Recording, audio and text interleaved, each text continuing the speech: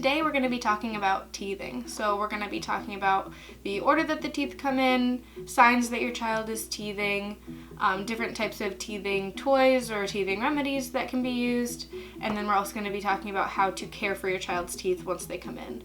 So let's get started. So the pattern that children typically get their teeth in the first year is first the bottom middle incisors, then the top middle incisors, and then the top outside incisors, and then the bottom outside incisors, and then typically they don't start getting any molars or any other teeth in that until they're about 13 months old. Some signs to look for if you think your child is teething are excessive drooling, chewing on objects maybe more than usual, extra irritability or crankiness, tender gums or if their gums are swollen, and then the last one would be not a fever but a higher temperature, so anything under 100.4 could be due to teething. Some objects that can be used to help your child with teething are a cold washcloth. So if you just take a washcloth, get it wet, either put it in the fridge or in the freezer and just have them chew on that. That can be really nice and soothing for their gums. Pretty much any toy that they chew on, they can continue to chew on as long as it's safe.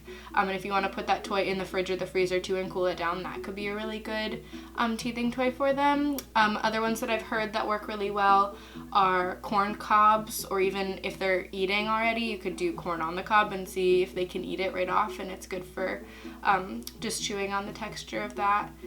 Another one that I found interesting was making some popsicles. So if you have any popsicle molds, you could either put baby food in them or even breast milk or even formula, and just put it in the freezer and just let your child grab it and just try to gnaw on it and chew it and see how much they can get, and that will be really nice and soothing for their gums.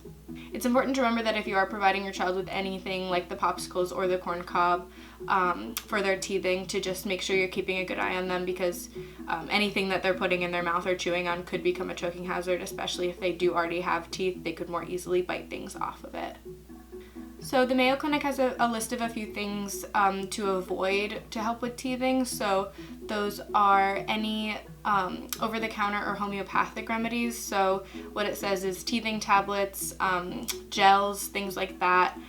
Some studies have shown that they include a higher density of ingredients than the packaging says they do, and some of those could be harmful to your child. So it's just a good idea to make sure you're getting any sort of treatments straight from your doctor.